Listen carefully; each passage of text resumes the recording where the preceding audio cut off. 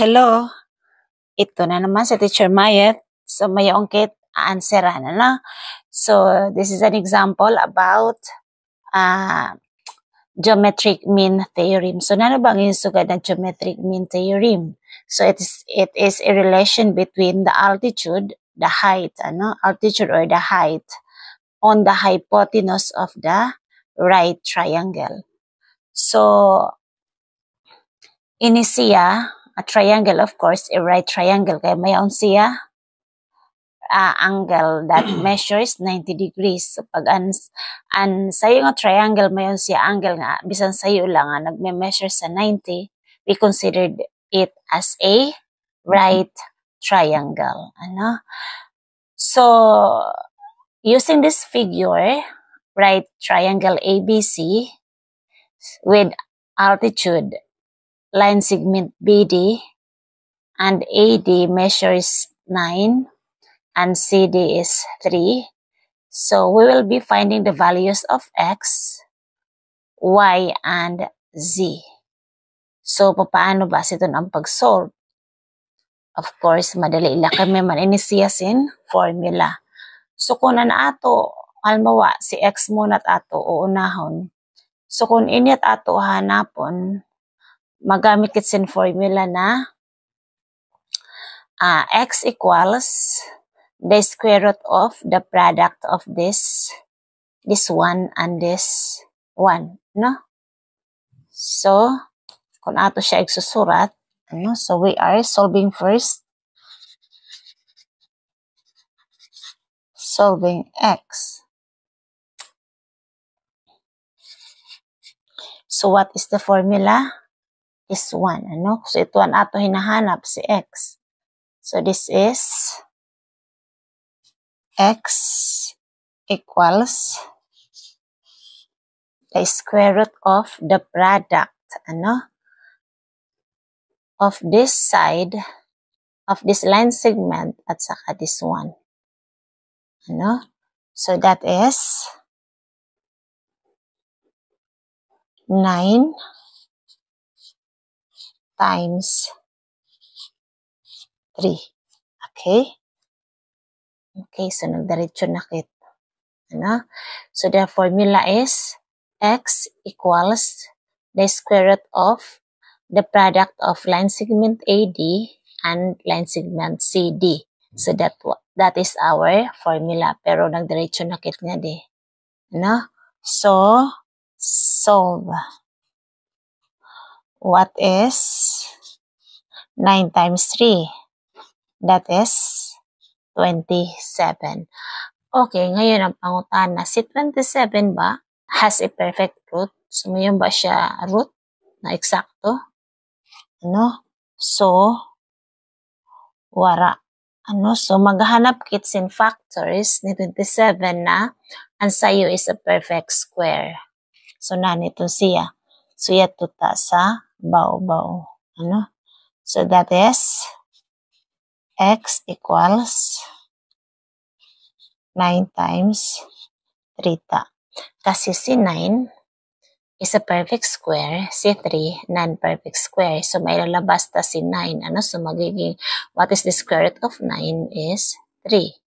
Tapos, since the square root of 3, wala siya good eksakto, so may bibilin siya. So, ang mangyayari nito, magiging X equals the square root of 9 times the square root of 3. X equals, what is the square root of 9? Of course, that is positive or negative 3. Pero kukuhaon talaan positive answer. So, 3 copy. Since the square root of 3, what is siya? Ato la siya, kukupyahon. So, X is 3 the square root of 3. So, ganun na siya kasimple. So, paano naman si Y? Kung nahanap po naman si Y. So, solving Y,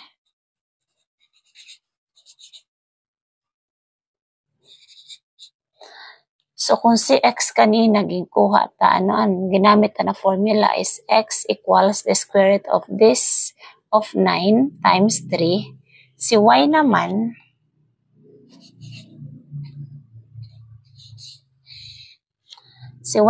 is the square root of this segment, which is AD times the whole side, which is AC. Okay. So, ganun. So, yun ang ato gagamiton na formula kay y. Okay, so, copy y equals, what is the value of AD? AD is 9. So, what is the value of AC? So, since AD at saka si DC or si CD na sa isang segment lang, of course, ang value ni AC, and measure ni AC is, we just get the sum of 9 and 3. So, what is 9 plus 3 is 12. So, 12. Okay. Then, what is 9 times 12? 9 times 2 is 18. Carry 1. 9 times 1, 9 plus 1, 10. So, the square root of 108. So, ang pangutana, si 108 ba is a perfect square? Let's find it out kung talagang may siya exact root. Okay, so, magamit kitsin. Yan. Ayun. What is siya exact root? So, maghanap kitsin kaniya factors. So, kung mapapansin mo, maghanap kitsin factors si 108 na kung ang sayo sa kanra is a perfect square. So, kung mapapansin mo, di ba, 9 times 12, hadin na. So, si 9 times 12, si 9 is a perfect square. Kaso, si 12, mayaon pa siya liwat perfect square. Sumasagkit, 12 is 4 at saka 3. So, si 4 is a perfect square. So, i-multiply ta si 9 sa 4. Sumasagkit, 9 times 4 is 36. So, 36 times 3 is 108. So, magamit kitsin 36 times 3. Kasi si 9, pwede pa, dire siya lowest term, kung gagamitin agad si 9, tas may pangayon di 12. So, dire pwede, so dapat, ang may bibiling dito sa loob ng radical sign, yung wara na talaga siya, maihatag na root, So, most probably that is prime. Okay, so, pwede ta ini siya igsurat na as y equals the square root of 36 times the square root of 3. So, y equals, what is the square root of 36? Of course, positive and negative is 6, but we will be taking the positive answer, which is 6. 6 copy the square root of 3. So, this is the value of y. And this is the value of x. Okay, so how about the z? In finding z, so ganun din, magamit kitsin formula na parang related din sa kanila, So, masugad kit z, the segment, z equals the square root of the product of these numbers of this side at saka it buo. Okay, so solving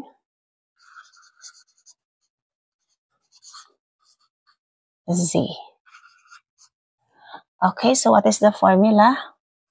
Z equals the square root of the product of CD at saka si AC.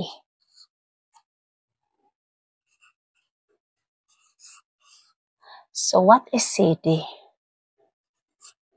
3. What is AC? 12. Okay. So what is 3 times 12? Of course, that is 3 times 2 is 6. 3 times 1 is 3. So that is the square root of 36.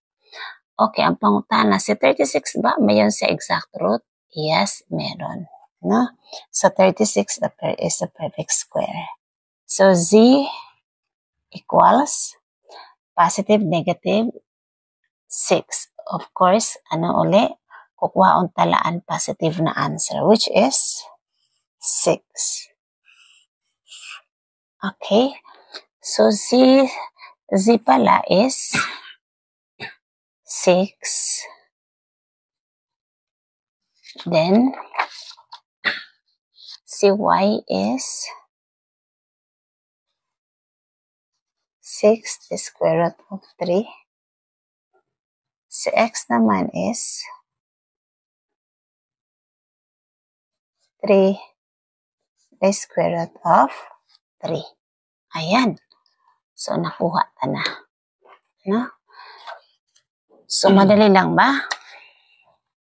Madali lang. Basta maaram ka sa formula. No? So, ayun. Sana may natutunan kaya. Okay, sa sunod ulit na video. Bye-bye.